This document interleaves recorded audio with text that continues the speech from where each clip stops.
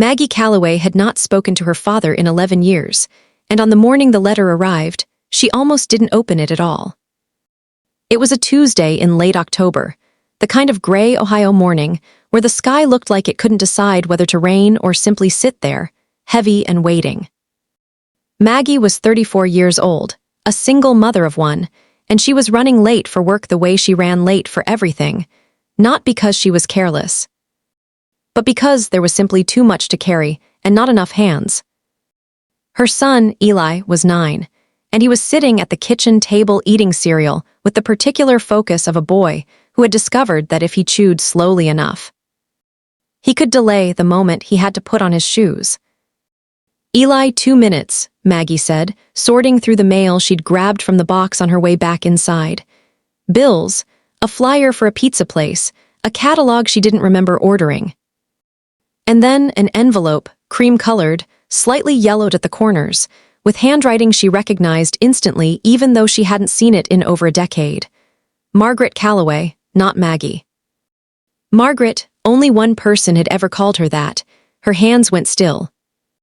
The kitchen, which a moment ago had been full of the ordinary sounds of a Tuesday morning, the refrigerator hum, Eli's spoon against the bowl, the radio murmuring traffic reports, seemed to fall away into a kind of silence that pressed against her ears. "Mom," Eli looked up. "You okay?" "Yeah, baby." She slid the envelope under the stack of bills, the way you might slide a knife back into its drawer. "Eat your cereal." She didn't open it that morning. She didn't open it that night, either, though she set it on the kitchen counter where she could see it, propped against the napkin holder like an accusation. She didn't open it the next day, or the day after that. For 4 days the envelope sat there, and every time Maggie walked past it, she felt something tighten in her chest, not quite anger, not quite grief, but some tangled knot of both that she had spent 11 years trying not to look at directly. Her father's name was Walter Calloway.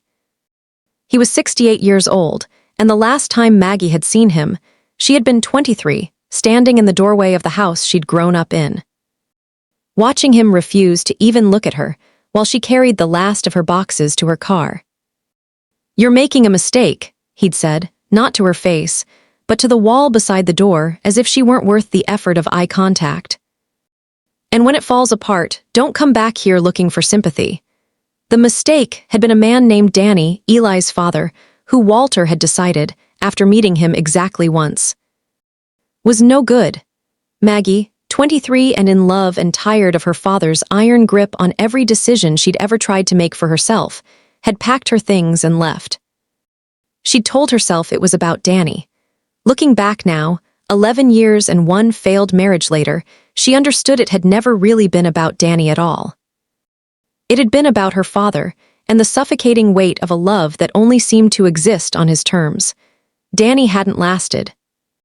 He'd left when Eli was 2, and Maggie had raised her son alone since, working as a dental hygienist by day and taking online bookkeeping classes at night.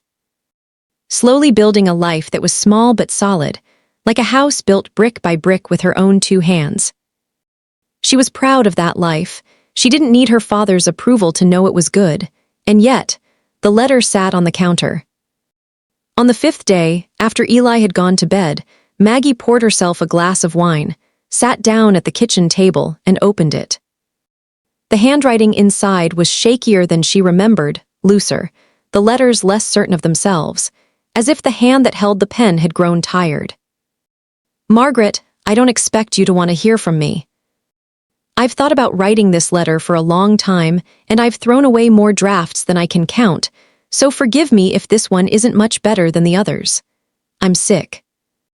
The doctors are using words like progressive and limited, which I understand are their polite ways of telling me I don't have as much time as I used to think I did. I'm not writing to ask you for anything. And I'm not writing because I think being sick earns me a pass on the things I said to you, or the years I let go by without trying to fix them. I know it doesn't, I know that. I just keep thinking about your mother and what she would say if she could see how long I let this go. She always said I was too proud to be the one to bend first. She was right about a lot of things, and she was right about that. If you ever wanted to come by, I'd like to meet my grandson. I've seen pictures. Your Aunt Carol shows me, even though I think she does it half to torment me, and he's got your mother's eyes. I'd like to see them in person, just once if you're willing. No pressure, Margaret, I mean that. I just didn't want to run out of time without at least asking. Dad * Maggie read the letter 3 times. Then she folded it back along its original creases, put it back in the envelope, and sat at the kitchen table for a long time, not crying, just sitting, with the wine going warm and untouched beside her hand. Part 2. Carol. The next morning, Maggie called her Aunt Carol. Carol was Walter's younger sister, a retired schoolteacher who lived 2 hours away in a small town near the Pennsylvania border. And she had been the one consistent thread connecting Maggie to her father's side of the family over the past decade, sending birthday cards for Eli, the occasional photo. News of relatives Maggie hadn't seen in years. Carol had never pushed, never lectured, but Maggie had always suspected that Carol thought the rift between her and Walter was foolish, even if she was too kind to say so outright. "He's really sick, isn't he?" Maggie said without preamble when Carol picked up. There was a pause on the line. "He told you then? He sent a letter." "Oh, Maggie." Carol's voice softened in a way that made something in Maggie's chest ache. "I told him he should call you, not write." I said a letter feels like, I don't know, like he's already saying goodbye instead of trying to say hello. How bad is it? It's his lungs, copped mostly, but the doctor mentioned his heart too. He's not dying tomorrow, Maggie, but he's not getting better either. He's tired all the time. He had to give up the house. He's in an apartment now, smaller, on the ground floor, so he doesn't have to deal with stairs. I help him with groceries and doctor's appointments when I can, but I've got my own knees giving me trouble, and, Carol trailed off. He's lonely, Maggie, that's the truth of it. He's lonely and he's scared, and he's too stubborn to say either of those things out loud, but I can hear it. Maggie was quiet for a moment. Outside, a school bus rumbled past, and she could hear, faintly, the sound of Eli upstairs, getting ready for the day. The thump of his feet, as he hopped around looking for one shoe that always seemed to vanish. "He never apologized," Maggie said finally. "Not in the letter, not really. I know. He said he let it go like it was a weather pattern, something that just happened to both of us. Not something he chose. I know, honey, he's a proud man and pride doesn't exactly soften with age, if anything, it just gets more brittle. But for what it's worth," Carol hesitated, "I think that letter is the closest thing to an apology your father has written in his entire life. I've known him 65 years, and I've never seen him put a pen to paper to say something that hard. He rewrote it I don't know how many times. I found drafts in his trash can when I was over there last week." Maggie closed her eyes. "I don't know what I want, Carol. I don't know if I want to see him. That's okay. Nobody's saying you have to decide today." Carol's voice was gentle. "But I'll tell you this because I think someone should. I've sat with a lot of families at the end of things, more than I'd like, at my age, and the people who carry around the heaviest regrets aren't usually the ones who tried and it went badly. They're the ones who didn't try at all, because they were waiting for the other person to go first, and then one day there was no more time left to wait." Maggie didn't answer right away. Upstairs, Eli's door banged open, and he came clattering down the stairs 2 at a time, backpack half-zipped, hair sticking up on one side. "I have to go," Maggie said. "Eli's got school." "Okay, sweetheart, whatever you decide, I'm here." And so is he, for now, anyway. After she hung up, Maggie stood in the kitchen for a long moment, watching her son cram a granola bar into his mouth while hunting for his other shoe under the couch. "Hey, Bug," she said, "can I ask you something?" Eli said around the granola bar. "Do you know you have a grandpa?" "On my side, my dad." Eli paused his shoe hunting and looked up at her with the open curiosity of a kid who had never once thought to ask this question. Because it had simply never occurred to him that the answer might be complicated. "I thought you said your dad died." "I never said that," Maggie said softly. "I think." I think I just never said anything, and you probably figured that meant he wasn't around. Oh, Eli considered this. Is he around now? Maybe, Maggie said. I don't know yet. Part 3. The drive it took Maggie 3 more weeks to decide. She thought about it while she cleaned Patience's teeth. The whir of the polisher, providing a strange backdrop to memories she hadn't visited in years. Her father teaching her to ride a bike in the church parking lot. Holding the back of the seat and running alongside her until she didn't notice he'd let go. Her father at her mother's funeral, the only time she'd ever seen him cry. Standing rigid at the front of the room like crying was something his body was doing against his will, and he was furious about it. Her father's face, hard and closed, the day she left. She thought about it while Eli did his homework at the kitchen table, his tongue poking out of the corner of his mouth in concentration, and she watched him and thought, he has my mother's eyes. My father said that. He's seen pictures of my son and he noticed that. She thought about Danny, too, about how angry she'd been at her father for judging a man who, in the end, had turned out to be exactly the kind of person her father said he was. She'd spent years resenting her father for being right, which she now understood was its own kind of unfairness. Because being right about Danny hadn't given him the right to say it the way he'd said it, or to make her leaving feel like a punishment instead of a choice. Two things could be true. Her father could have been wrong about how he handled it, and still, underneath all that pride and stubbornness, have loved her the only way he knew how, which was badly, but not nothing. In mid-November, on a Saturday when Eli had no school, and the sky had finally cleared into one of those crisp, blue autumn days that felt like a held breath before winter. Maggie packed an overnight bag for herself and Eli, told her son they were going on a little trip to meet someone important, and got in the car. The drive to her father's town took just under 3 hours. Eli spent the first hour asking questions. What's his name? Does he have a dog? Why haven't I met him before? Is he nice? And Maggie answered as honestly as she could, which mostly amounted to I don't know and we'll find out together. By the second hour, Eli had fallen asleep against the window. His mouth slightly open, one sock pulled half off, the way kids could sleep anywhere, completely unburdened.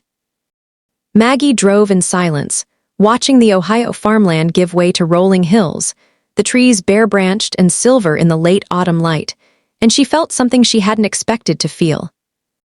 Not dread exactly, but a kind of vertigo, like standing at the edge of something tall and not yet knowing whether she was about to fall or fly. She thought about turning around at least 4 times. She didn't. Part 4. The apartment Walter Calloway's apartment was on the ground floor of a modest brick building on the edge of town, the kind of place built for retirees, a ramp instead of front steps. Handrails in the hallway, a little community room with a coffee maker that residents could use for cards on Thursday afternoons. Carol had given Maggie the address weeks ago. Just in case, and Maggie had stared at that address so many times that the numbers had become a kind of incantation in her head before she'd even decided to use them. She parked across the street and sat for a moment, hands on the wheel, engine off. Is this it? Eli asked, rubbing his eyes, looking out at the building with the mild interest of a kid who had slept through most of the drive and was now just hungry. This is it, Maggie said. Are you nervous? Maggie looked at her son, at his rumpled hair, his sock half off.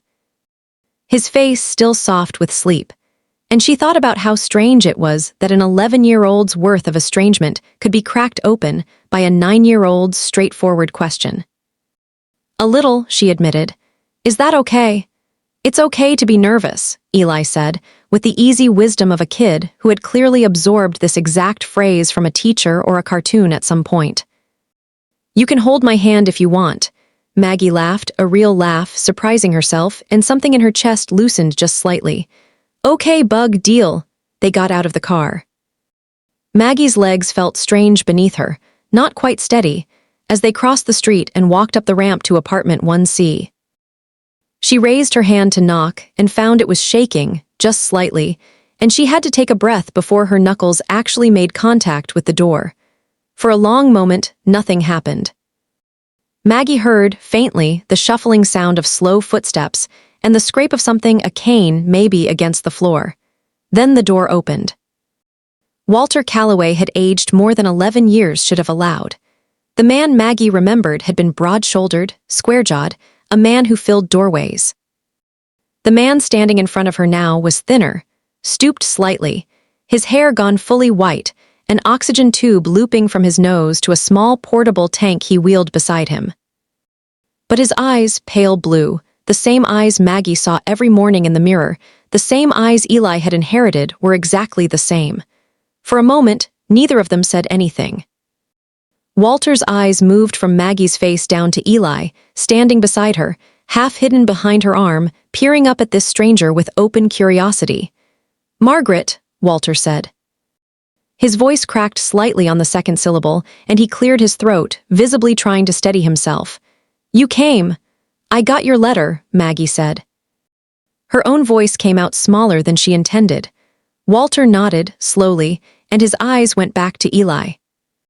For a long moment, he just looked at the boy, and Maggie watched something move across her father's face, something raw and unguarded, an expression she didn't think she'd ever seen on him before. Not once in her entire childhood. "You must be Eli," Walter said softly. Eli, with the fearless directness that only children possess, stepped out from behind his mother's arm and looked up at Walter with frank assessment. "Are you my grandpa?" "I am," Walter said, his voice wavered. "I'm your grandpa, Walter. Mom said you have my eyes, or I have yours." I forget which way she said it. A sound came from Walter that was half a laugh and half something else, something thick and unsteady.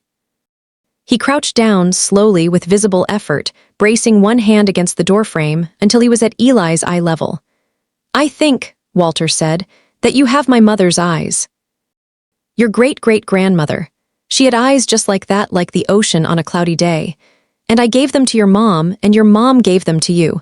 That's how it works sometimes. Things get passed down." Eli considered this with great seriousness. "That's cool," he decided.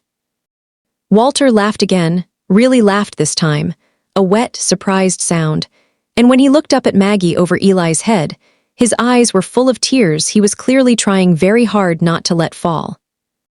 "Margaret," he said again, and this time her name came out broken in the middle. "I'm so sorry, I am so sorry for all of it.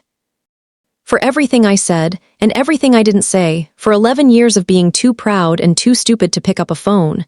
Dad," Maggie's own voice cracked. "Dad, it's okay." "It's not okay," Walter said, pushing himself slowly back to his feet, wincing as he did. "It's not okay, and I'm not going to pretend it is because you deserve better than that. You deserved better than that 11 years ago, and I failed you. I failed you and I knew it, every single day, and I was too proud to admit it until—" He gestured vaguely at the oxygen tank beside him, at his own thin frame. "Until I ran out of time to keep being proud." Maggie felt her own tears spill over, hot against the cold November air. "You're not out of time," she said. "You're right here."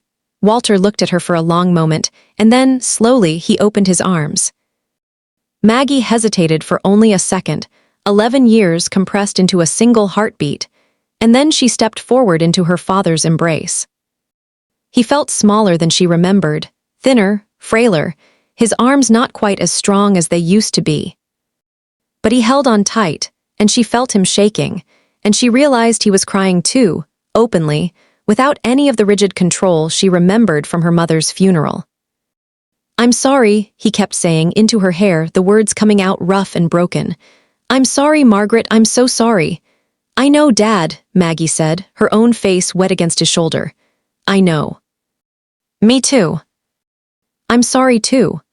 Beside them, Eli stood watching with the patient, slightly confused expression of a kid witnessing grown-ups have feelings he didn't fully understand yet, but somehow recognized as important. After a moment, he tugged gently on his mother's coat. "Mom," he said. "Is Grandpa Walter gonna be at Thanksgiving?"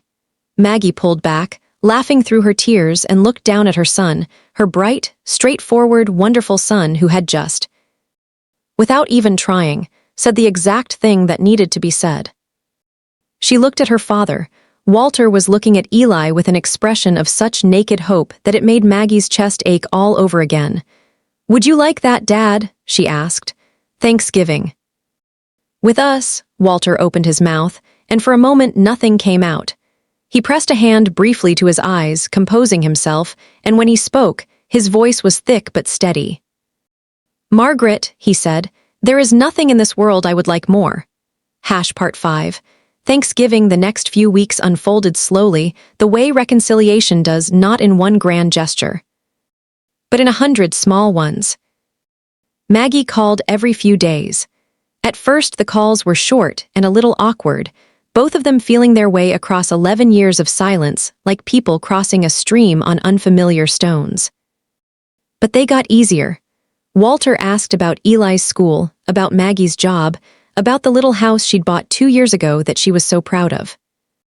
Maggie asked about his doctors, about Carol, about whether he was eating enough, which made Walter laugh, because apparently it was a very motherly thing to ask, and he told her so. "You sound like your mother," he said once, and there was no sting in it at all, only warmth and a little wonder. Like he was seeing something of his late wife reflected back at him, and finding it a comfort rather than a wound. Eli, for his part, took to having a grandfather with the uncomplicated enthusiasm of a kid who had simply been handed a gift he hadn't known to ask for. He drew pictures to send to Grandpa Walter, crayon drawings of dinosaurs and rockets, and once, a slightly lopsided portrait of Walter himself, oxygen tank and all, which Walter apparently taped to his refrigerator and showed to every single person who came to visit, including, according to Carol, the pizza delivery guy. "He's insufferable," Carol told Maggie over the phone, but she was laughing when she said it. "He talks about that boy constantly. I haven't seen him this happy in years, Maggie. I mean that." Years. When Thanksgiving came, Maggie drove the 3 hours again, this time with a car full of groceries, because Walter's apartment kitchen was small and his energy was limited. They'd agreed Maggie would do most of the cooking, with Walter supervising from a kitchen chair, which mostly meant him sitting with the oxygen tank beside him, directing Maggie toward the correct cabinet for the roasting pan and telling her with great authority that she was using too much sage.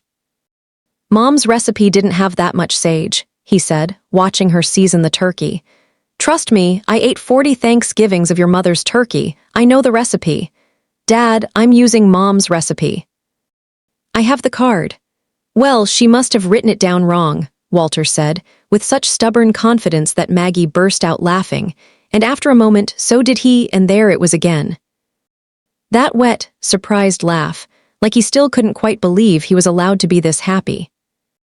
Carol came too, bringing a pie and a bottle of wine, and an expression of quiet satisfaction that suggested she'd been hoping for this exact scene for a very long time. The 4 of them, 5, if you counted Eli twice for how much space he took up, racing around the small apartment, helping by rearranging the silverware and asking Walter approximately 100 questions about what Maggie had been like as a kid, crowded around Walter's little dining table, which was really just a card table with a tablecloth thrown over it, and ate a Thanksgiving dinner that was, by any objective measure, slightly too sage-heavy and absolutely perfect. After dinner, while Carol washed dishes and Eli sprawled on the living room floor watching a football game he didn't understand but was loudly invested in anyway, Walter and Maggie sat together on the small balcony, bundled in coats against the cold, watching the gray afternoon light fade over the parking lot. "I keep thinking," Walter said after a while, "about all the Thanksgivings I missed, 11 of them, Eli's whole life practically." He shook his head slowly. "I don't know how to make peace with that. I don't think I ever will completely." Maggie was quiet for a moment, watching her breath fog in the cold air. "I used to think about it too," she said. "All those missed birthdays. The wedding I didn't have, that you weren't at, not that it mattered in the end, since Danny turned out to be exactly what you said he'd be." She glanced at her father, and was a little surprised to see he didn't look smug about that, only sad. I used to lie awake being angry about all of it, about what we lost. And now, Maggie thought about it honestly before she answered, now I think we can't get those years back, I know that. You know that, but we're not at the end of the story, Dad. We're just late to a chapter. That's different than missing the whole book. Walter was quiet for a long moment. When he spoke again, his voice was rough. Your mother used to say something like that, about second chances. She said most people think a second chance means going back and fixing the first one, but it doesn't. It just means you get to start a new one with everything you've learned. He looked over at Maggie, his pale blue eyes her eyes, Eli's eyes bright in the fading light. I think this is that. A new one. From inside the apartment, they heard Eli's voice, raised in delighted outrage at something happening on the television, and then Carol's laugh, warm and full. And the clatter of a dish being set down. Maggie reached over and took her father's hand, his fingers thinner than she remembered, the skin papery and cool, but his grip, when he squeezed back, was steady.